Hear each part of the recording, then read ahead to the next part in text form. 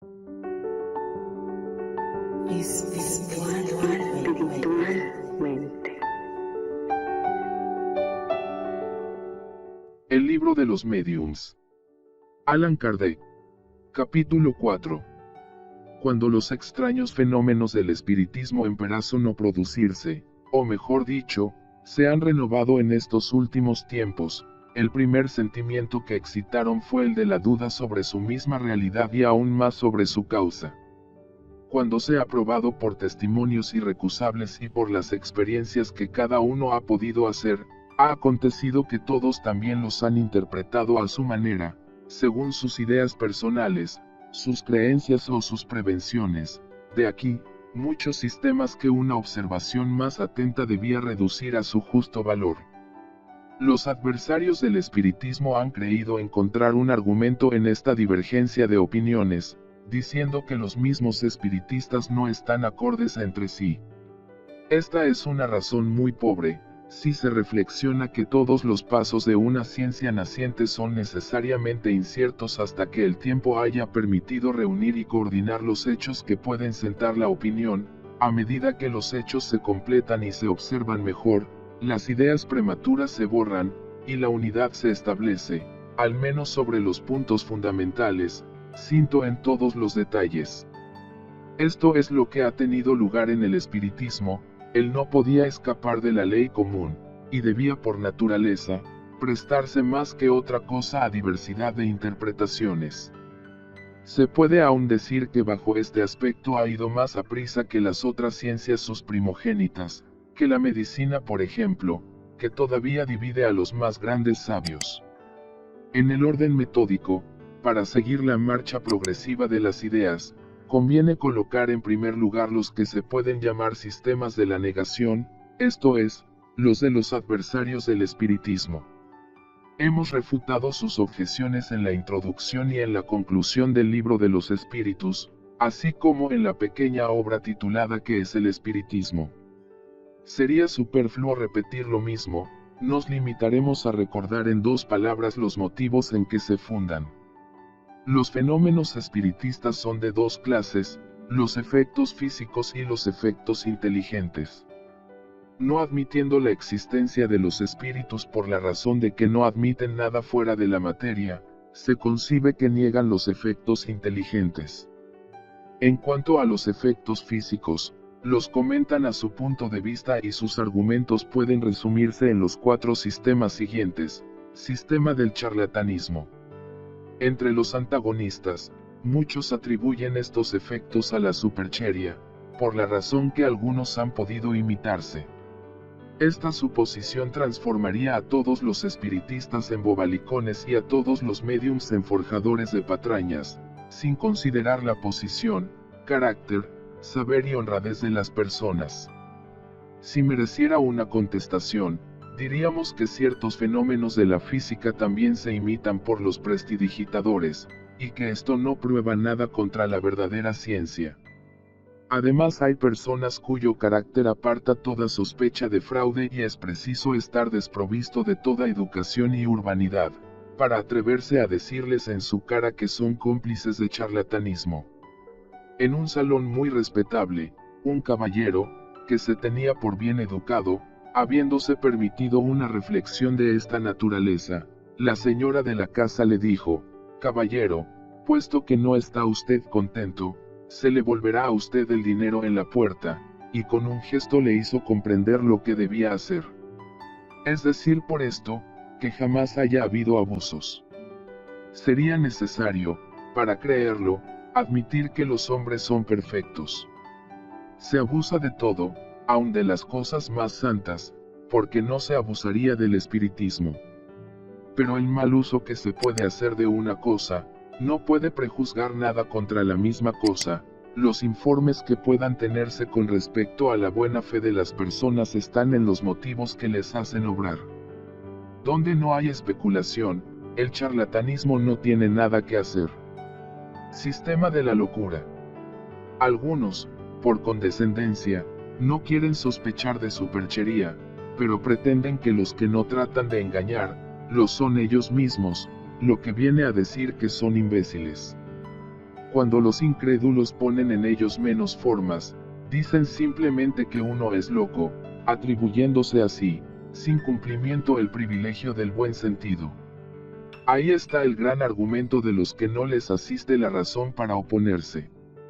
Por lo demás, esta especie de atacar ha caído en el ridículo por su poca sustancia, y no merece que se pierda el tiempo en refutarlo. Los espiritistas, por otra parte, no se aturden por eso, toman con valor su partido y se consuelan pensando que tienen por compañeros de infortunio bastantes gentes cuyo mérito podría nadie disputar. Es preciso en efecto convenir que esta locura, si la hay, tiene un carácter bien singular, y es que ataca con preferencia a la clase ilustrada, entre la que el espiritismo cuenta la inmensa mayoría de sus adeptos hasta el presente. Si en el número se encuentran algunas excentricidades, nada prueban contra la doctrina que los locos religiosos no prueban contra la religión, los locos melómanos contra la música, los locos matemáticos contra las matemáticas. Todas las ideas han encontrado fanáticos exaltados, y sería menester estar dotado de un juicio bien obtuso para confundir la exageración de la cosa con la misma cosa. Para más amplias explicaciones sobre este objeto nos remitiremos a nuestro librito, que es el Espiritismo, al libro de los espíritus. Sistema de la alucinación. Hay otra opinión, menos ofensiva porque tiene un pequeño color científico, que consiste en poner los fenómenos bajo el aspecto de la ilusión de los sentidos. De este modo, el observador sería de muy buena fe, solo creería ver lo que no ve.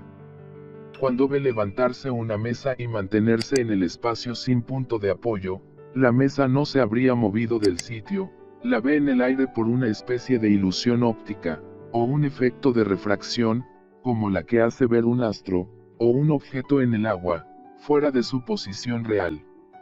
Esto sería posible en rigor, pero aquellos que han sido testigos de este fenómeno han podido acreditar el aislamiento, pasando bajo la mesa suspendida, lo que sería difícil si no hubiese dejado el suelo.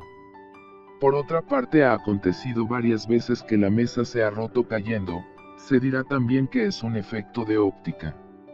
Una causa fisiológica bien conocida puede, sin duda, hacer que se crea ver dar vueltas a una cosa que no se mueve, o que se la crea girar sobre sí misma cuando está inmóvil, pero cuando muchas personas alrededor de una mesa son arrastradas por un movimiento tan rápido que tienen trabajo en seguirla, que algunas son a veces echadas por tierra, se dirá que todas están atacadas de vértigo, como el borracho que cree ver pasar su casa por delante de sus ojos. Sistema del músculo crujidor. Si esto sucediera con respecto a la vista, no sería lo mismo en cuanto al oído, y cuando se oyen golpes por toda una reunión uno no puede razonablemente atribuirlos a una ilusión. Téngase entendido que hacemos abstracción de toda idea de fraude, y suponemos que una atenta observación ha acreditado que estos fenómenos no se deben a ninguna causa fortuita o material. Es verdad que un sabio médico ha dado de los mismos una explicación perentoria. Según él, 1. La causa está, dice, en las contracciones voluntarias o involuntarias del tendón del músculo corto peroné.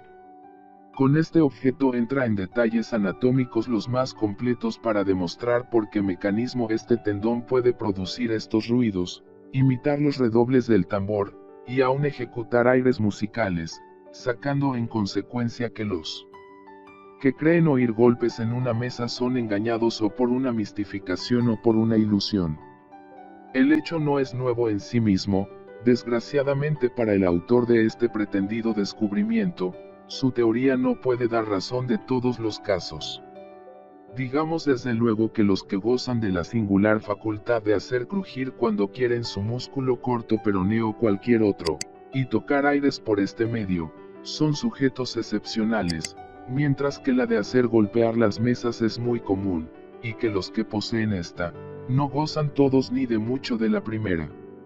En segundo lugar, el sabio doctor ha olvidado explicar cómo el crujido muscular de una persona inmóvil y aislada de la mesa, puede producir en esta vibraciones sensibles al tacto, cómo este ruido puede reproducirse por voluntad de los asistentes en las diferentes partes de la mesa, en los otros muebles, contra las paredes, en el techo, etc. Como, en fin, la acción de este músculo puede extenderse a una mesa que no se toca y hacerla mover. Esta explicación, por otra parte, si es que lo fuera, no comprendería más que el fenómeno de los golpes, pero no puede concernir a los otros medios de comunicación. Concluyamos que él ha juzgado sin haber visto, o sin haberlo visto todo, como debe verse. Siempre es sensible que los hombres de ciencia se apresuren a dar sobre lo que no conocen, explicaciones que los hechos pueden desmentir. Su mismo saber debería hacerles tanto más circunspectos en sus juicios, cuanto más lejos están para ellos los límites de lo desconocido. Sistema de las causas físicas. Aquí salimos del sistema de la negación absoluta. Concediéndose la realidad de los fenómenos, el primer pensamiento que naturalmente vino al espíritu de aquellos que los han reconocido, ha sido el de atribuir los movimientos al magnetismo, a la electricidad, o a la acción de un fluido cualquiera, en una palabra, a una causa enteramente física y material.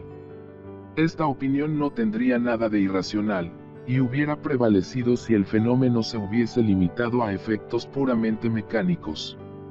Una circunstancia también parece corroborarla, esta es, en ciertos casos el aumento de la potencia en razón del número de las personas, cada una de ellas podría así ser considerada como uno de los elementos de una pila eléctrica humana. Hemos dicho que lo que caracteriza una teoría verdadera, es el poder dar razón de todo, mas si un solo hecho viene a contradecirla, es que es falsa, incompleta o demasiado absoluta. Pues esto es lo que no ha tardado en acontecer. Estos movimientos y estos golpes han dado señales inteligentes, obedeciendo a la voluntad y respondiendo al pensamiento, debían, pues, tener una causa inteligente. Desde entonces, que el efecto cesó de ser puramente físico, la causa por esto mismo, debía tener otro origen. Así el sistema de la acción exclusiva de un agente material ha sido abandonado y no se encuentra sino entre aquellos que juzgan a priori y sin haber visto.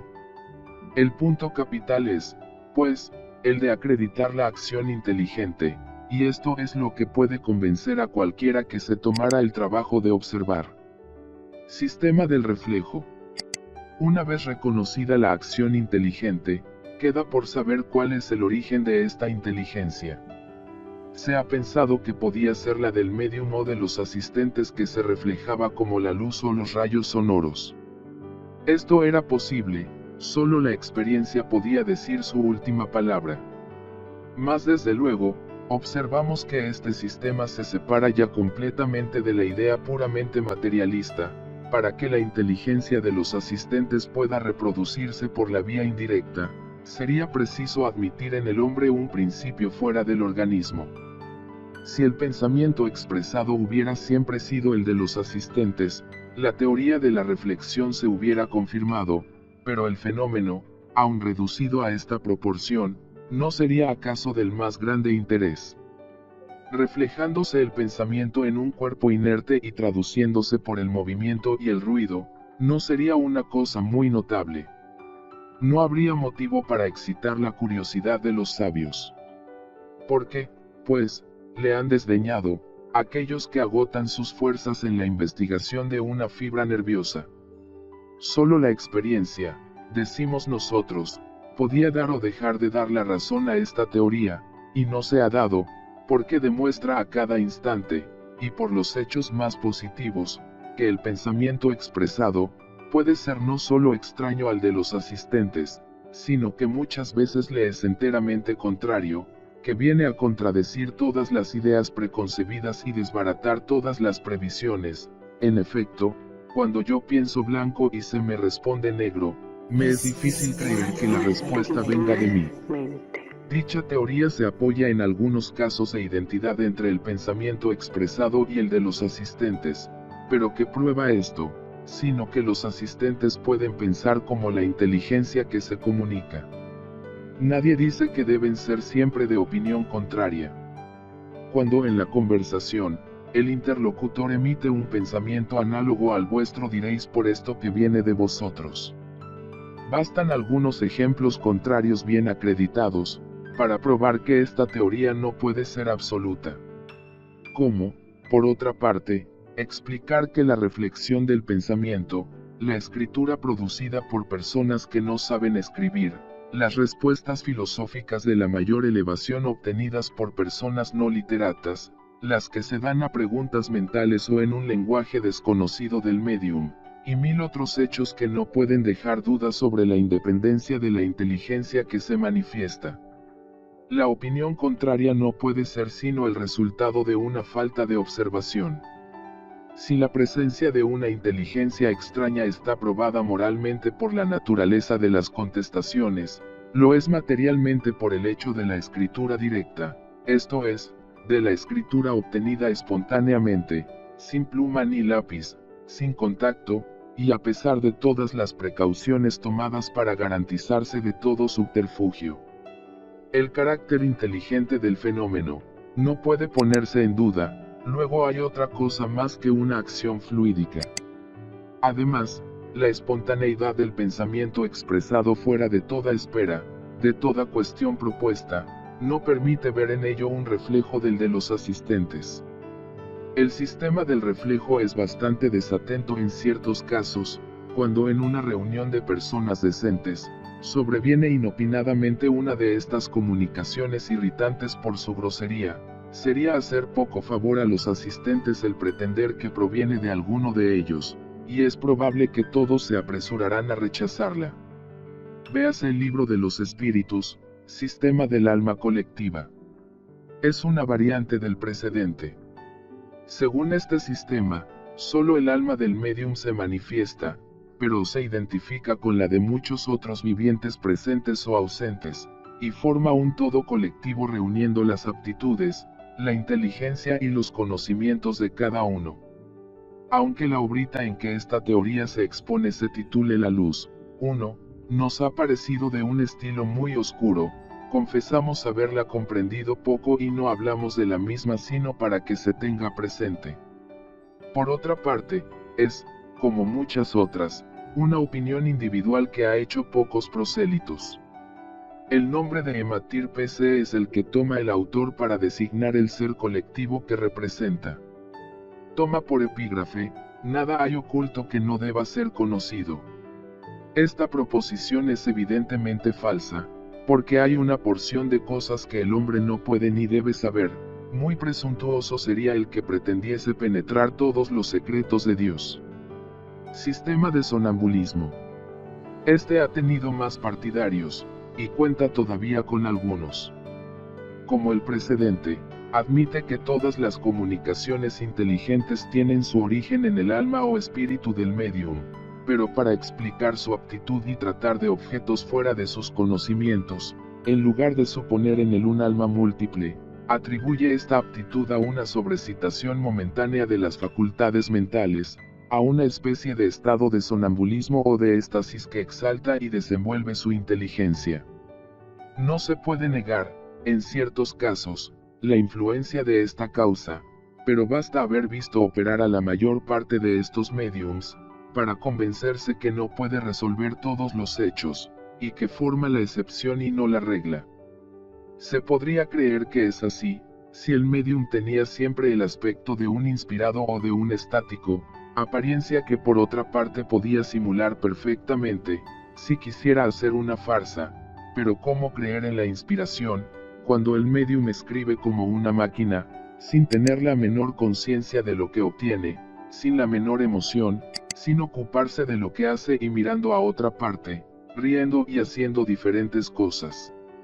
Se concibe la sobrecitación de las ideas, pero no se comprende que pudiese hacer escribir al que no sabe, y aún menos cuando las comunicaciones se transmiten por golpes, o con la ayuda de una tablita o de una cestita. Veremos en la continuación de esta obra la parte que es preciso conceder a la influencia de las ideas del médium, pero los hechos en que la inteligencia extraña se revela por señales incontestables, son tan numerosos y tan evidentes, que no pueden dejar ninguna duda. La falta de razón en la mayor parte de los sistemas nacidos en el origen del espiritismo, es el haber sacado consecuencias generales de algunos hechos aislados, sistema pesimista, diabólico o demoníaco. Aquí entramos en otro orden de ideas. Estando acreditada la intervención de una inteligencia extraña, se trataba de saber cuál era la naturaleza de esta inteligencia. El medio más sencillo era, sin duda, el preguntárselo, pero ciertas personas no han encontrado en eso una garantía suficiente, y no han querido ver en todas las manifestaciones sino una obra diabólica. Según ellas, solo los demonios o el diablo pueden comunicarse. Aunque este sistema encuentra poco eco en el día de hoy, no ha dejado de gozar de algún crédito por algunos momentos por el carácter de aquellos que han tratado de hacerle prevalecer. Haremos, sin embargo, observar que los partidarios del sistema demoníaco no deben estar colocados entre los adversarios del espiritismo, antes al contrario. Que los seres que se comunican sean demonios o ángeles, siempre son seres incorpóreos. Luego, admitir la manifestación de los demonios, siempre es admitir la posibilidad de comunicar con el mundo invisible, o al menos con una parte de este mundo. La creencia en la comunicación exclusiva de los demonios, por irracional que sea, podía no parecer imposible cuando se miraba a los espíritus como seres creados fuera de la humanidad, pero desde que se sabe que los espíritus no son otra cosa que las almas de aquellos que han vivido, ha perdido todo su prestigio, y se puede decir toda verosimilitud, porque se seguiría que todas estas almas son demonios, aunque fuesen de un padre, de un hijo o de un amigo, y que nosotros mismos muriendo, venimos a ser demonios, doctrina poco lisonjera y poco consoladora para muchas gentes. Será muy difícil persuadir a una madre de que el niño querido que ha perdido, y que viene a darle, después de su muerte, pruebas de su afecto y de su identidad, sea un dependiente de Satanás. Es verdad que entre los espíritus, los hay muy malos, y que no valen más que aquellos que se llaman demonios, por una razón bien sencilla, porque hay hombres muy malos, y que la muerte no les hace inmediatamente mejores.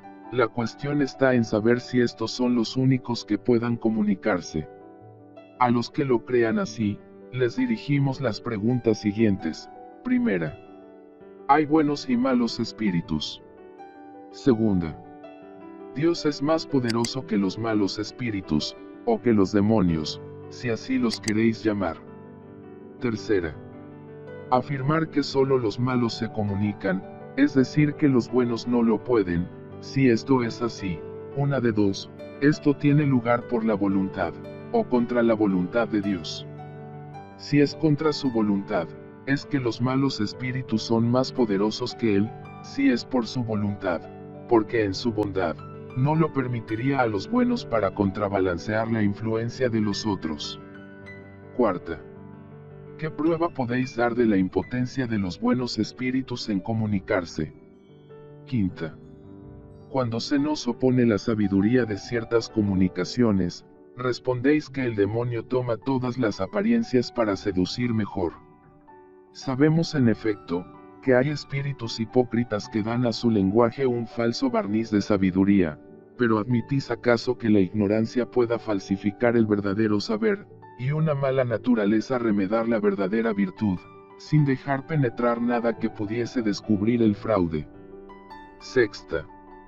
Si el demonio solo se comunica, puesto que es el enemigo de Dios y de los hombres, porque recomienda orar a Dios, someterse a su voluntad, sufrir sin murmurar las tribulaciones de la vida, no ambicionar honores ni riquezas, practicar la caridad y todas las máximas de Cristo, en una palabra, hacer todo lo que es necesario para destruir su imperio. Si es el demonio quien da tales consejos, es preciso convenir que tan astuto como es bien poco diestro en suministrar armas contra sí mismo. 1. Séptima. Si los espíritus se comunican, es porque Dios lo permite, viendo buenas y malas comunicaciones. ¿No es más lógico el pensar que Dios permite a unas para probarnos y a otras para aconsejarnos el bien? Octava. ¿Qué pensaríais de un padre que dejase a su hijo a merced de los ejemplos y consejo perniciosos, que apartase de él, y le prohibiese ver las personas que pudiesen desviarle del mal? Lo que un buen padre no haría, debe creerse que Dios, que es la bondad por excelencia, haga menos que lo que haría un hombre. Novena. La Iglesia reconoce como auténticas ciertas manifestaciones de la Virgen y otros santos, en apariciones, visiones, comunicaciones orales, etc. Esta creencia no es acaso contraria a la doctrina de la comunicación exclusiva de los demonios. Creemos que ciertas personas han profesado esta teoría de buena fe, pero también creemos que muchas lo han hecho únicamente con el objeto de que no se ocupasen de estas cosas, a causa de las malas comunicaciones que se exponen a recibir, diciendo que solo el diablo se manifiesta. Han querido asustar, casi como cuando se dice a un niño, no toques esto, porque quema. La intención puede ser loable, pero el fin es erróneo, porque la sola prohibición excita la curiosidad, y el miedo al diablo retiene a muy pocas gentes. Se le quiere ver, aunque no sea sino para saber cómo está hecho, y se quedan admirados de no encontrarlo tan negro como se creían. No se podría ver también otro motivo en esta teoría exclusiva del diablo. Creen algunas gentes que todos los que no son de su opinión van mal, así pues, aquellos que pretenden que todas las comunicaciones son obra del demonio, ¿no estarían acaso dominados por el miedo de que los espíritus no fuesen de su mismo parecer sobre todos los puntos, principalmente sobre los que tocan a los intereses de este mundo, más que a los del otro? No pudiendo negar los hechos, han querido presentarlos de una manera pavorosa, pero este medio no ha contenido más que los otros. Cuando el miedo al ridículo es impotente, es preciso resignarse que las cosas sigan su curso. El musulmán que oyera a un espíritu hablar contra ciertas leyes del Corán, pensaría seguramente que este era un mal espíritu. Lo mismo sería de un judío por lo que mira a ciertas prácticas de la ley de Moisés. En cuanto a los católicos, hemos oído afirmar a uno que el espíritu que se comunicaba no podía ser sino el diablo, porque se había permitido pensar de otro modo que él sobre el poder temporal, aunque por otra parte solo hubiese predicado la caridad, la tolerancia, el amor al prójimo, y la abnegación de las cosas de este mundo, máximas todas enseñadas por Cristo. Los espíritus, no siendo otros que las almas de los hombres, y los hombres no siendo perfectos, resulta de esto que hay espíritus igualmente imperfectos, y cuyo carácter se refleja en sus comunicaciones. Es un hecho incontestable que los hay malos, astutos, profundamente hipócritas, y contra los cuales es preciso ponerse en guardia, pero, porque haya en el mundo hombres perversos, no es una razón para huir de la sociedad. Dios nos ha dado la razón y el juicio para apreciar a los espíritus, así como a los hombres. El mejor medio de precaverse contra los inconvenientes que puede presentar la práctica del espiritismo, prohibirle, sino el hacerle comprender. A miedo imaginario solo impresiona un instante y no afecta a todo el mundo, la realidad claramente demostrada se comprende por todos. Sistema optimista. Al lado de aquellos que no ven en estos fenómenos sino la acción de los demonios, hay otros que solo han visto la de los buenos espíritus. Estos han querido suponer que el alma, estando separada de la materia, ningún velo existía para ella, y que debía tener la soberana ciencia y la soberana sabiduría. Su ciega confianza en esta superioridad absoluta de los seres del mundo invisible, ha sido para muchos el origen de bastantes decepciones y han aprendido a sus costas a desconfiar de ciertos espíritus así como de ciertos hombres. Sistema uniespiritista o monoespiritista. Una variedad del sistema optimista, consiste en la creencia de que un solo espíritu se comunica con los hombres, y que este espíritu es Cristo, quien es el protector de la tierra. Cuando se ven comunicaciones de la más baja trivialidad, de una grosería irritante, llenas de malevolencia y de maldad, habría profanación e impiedad en suponer que pudiesen dimanar el espíritu del bien por excelencia. Además, Si aquellos que lo creen no hubiesen tenido jamás sino comunicaciones irreprochables, se concebiría su ilusión, pero la mayor parte conviene en haberlas tenido muy malas, lo que explican diciendo, que es una prueba que el buen espíritu les hace sufrir, dictándoles cosas absurdas. De este modo, mientras los unos atribuyen todas las comunicaciones al diablo, quien puede decir cosas buenas para tentar, otros creen que solo Jesús se manifiesta, y que puede decir cosas malas para probar. Entre estas dos opiniones tan inversas, ¿quién fallará? El buen sentido y la experiencia. Decimos la experiencia, porque es imposible que los que profesan ideas tan exclusivas lo hayan visto todo como debe verse. Cuando se les oponen los hechos de identidad que atestiguan la presencia de parientes, amigos o conocidos por las manifestaciones escritas, visuales u otras, responden que es siempre el mismo espíritu, el diablo según los unos, Cristo según los otros, que toma todas las formas, pero no nos dicen por qué no pueden comunicarse los otros espíritus, ni con qué objeto el espíritu de verdad vendrá a engañarnos presentándose bajo falsas apariencias, a burlarse de una pobre madre, haciéndole creer, mintiendo, que él es el hijo por quien llora. La razón rehúsa admitir que el Espíritu Santo se rebaje, ejecutando semejante comedia.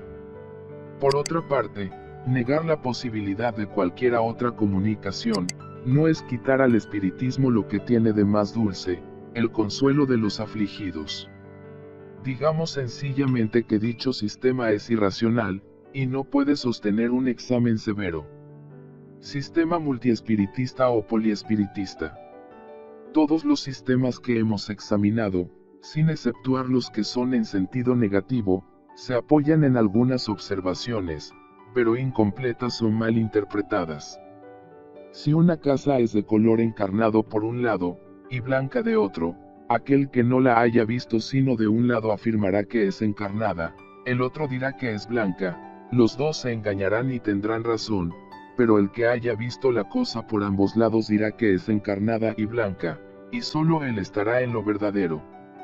Lo mismo sucede en cuanto a la opinión que se forma del espiritismo, puede ser verdadera bajo ciertos aspectos, y falsa si se generaliza lo que es solo parcial, si se toma por regla lo que es solo la excepción, por el todo lo que no es sino la parte.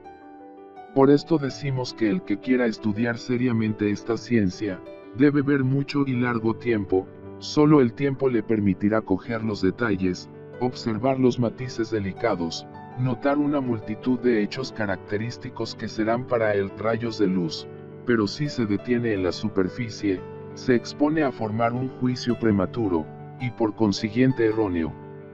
He aquí las consecuencias generales que se han deducido de una observación completa, y que forman ahora la creencia, se puede decir, de la Universidad de los Espiritistas, porque los sistemas restrictivos solo son opiniones aisladas.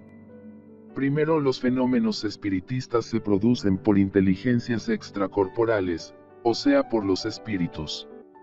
Segundo, los espíritus constituyen el mundo invisible, están por todas partes, cubren los espacios hasta lo infinito, los hay sin cesar alrededor nuestro, con los cuales estamos en contacto. Tercero, los espíritus reaccionan incesantemente sobre el mundo físico y sobre el mundo moral, y son una de las potencias de la naturaleza.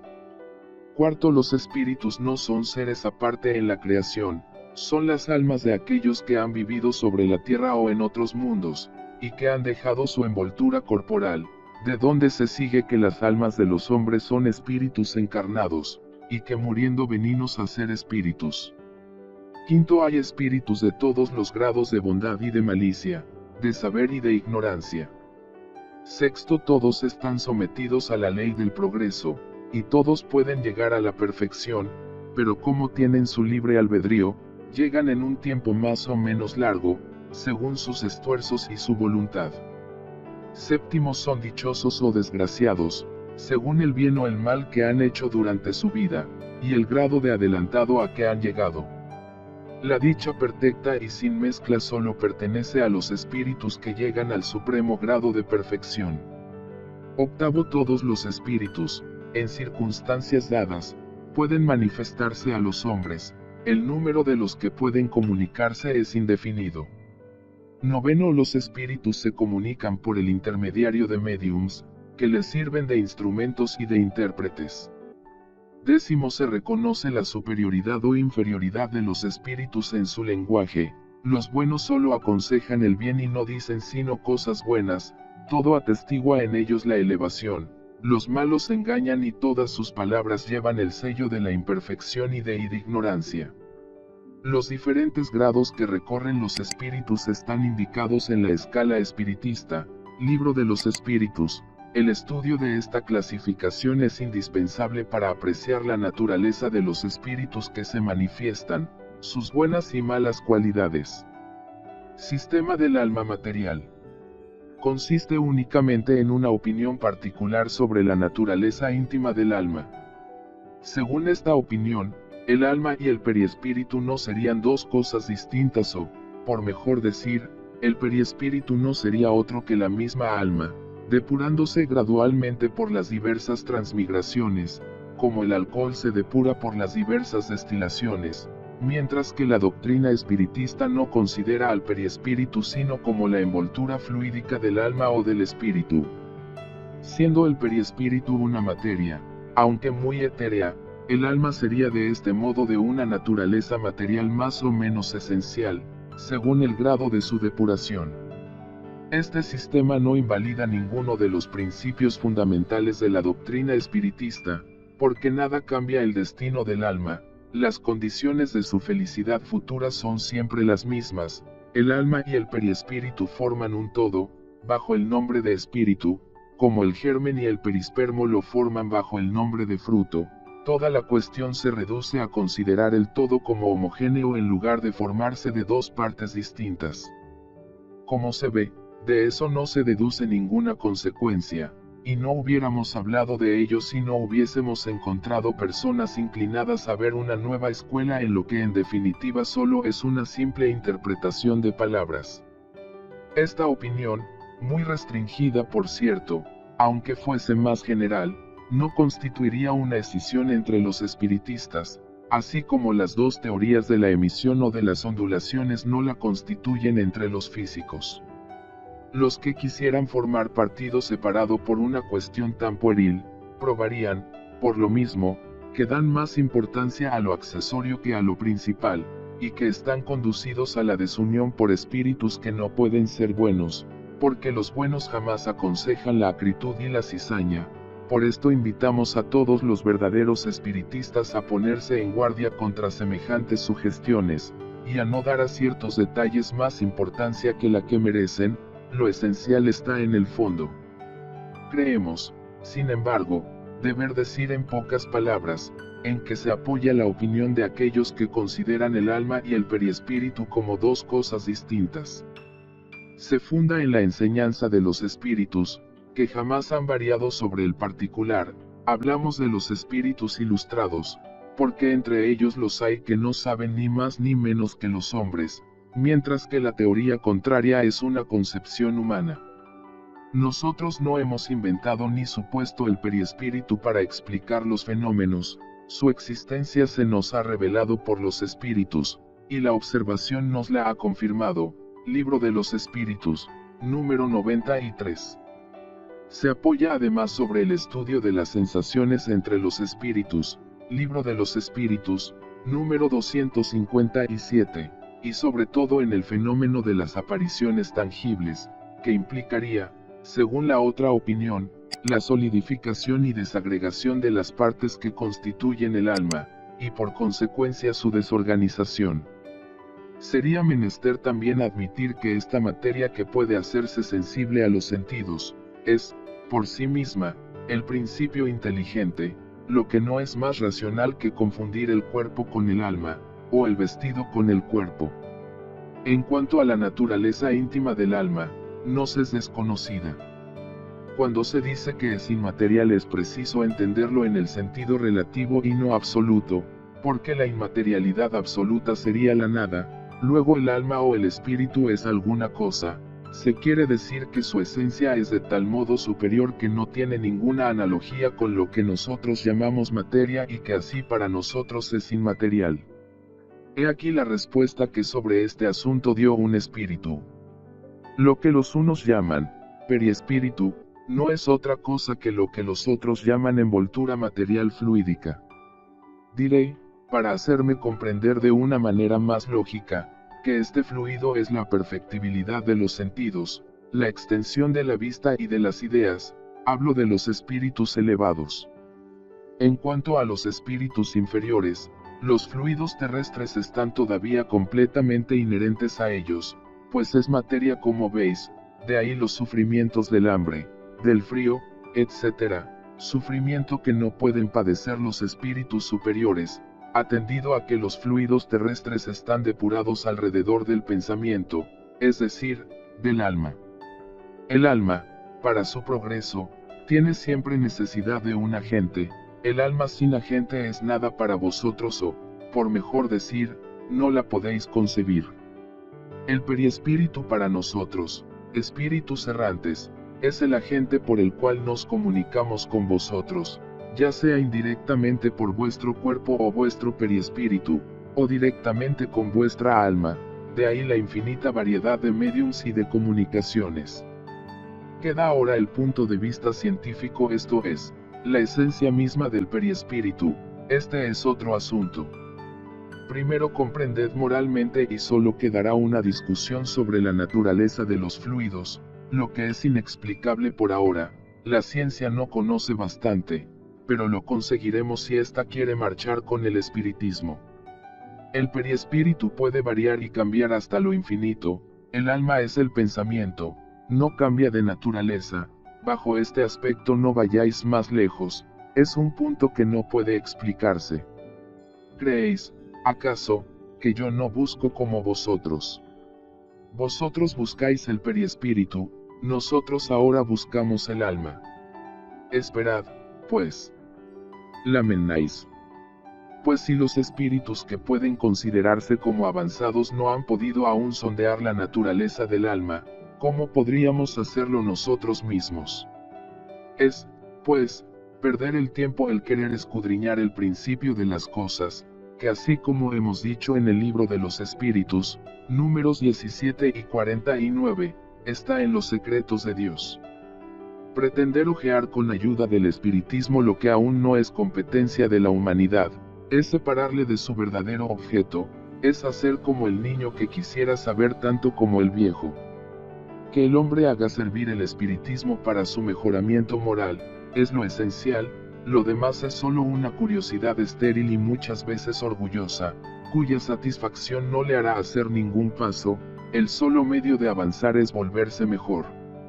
Los espíritus que han dictado el libro que lleva su nombre, han probado su sabiduría encerrándose, por lo que concierne al principio de las cosas, en los límites que Dios no permite penetrar, dejando a los espíritus sistemáticos y presuntuosos la responsabilidad de las teorías anticipadas y erróneas, más seductoras que sólidas, y que caerán un día ante la razón como tantas otras salidas de los cerebros humanos.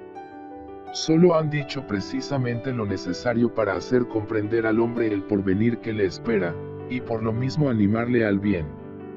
Véase continuación, segunda parte, capítulo 1 grados acción de los espíritus sobre la materia. Fin primera parte. Agradecemos a dominiopublico.es por permitirnos divulgar esta información, perteneciente al dominio público, en pro de la cultura universal. Importante, cortesía de dominiopublico.es. Todas sus publicaciones están revisadas y expuestas para su uso, es decir, todas sus publicaciones son de dominio público. Gracias.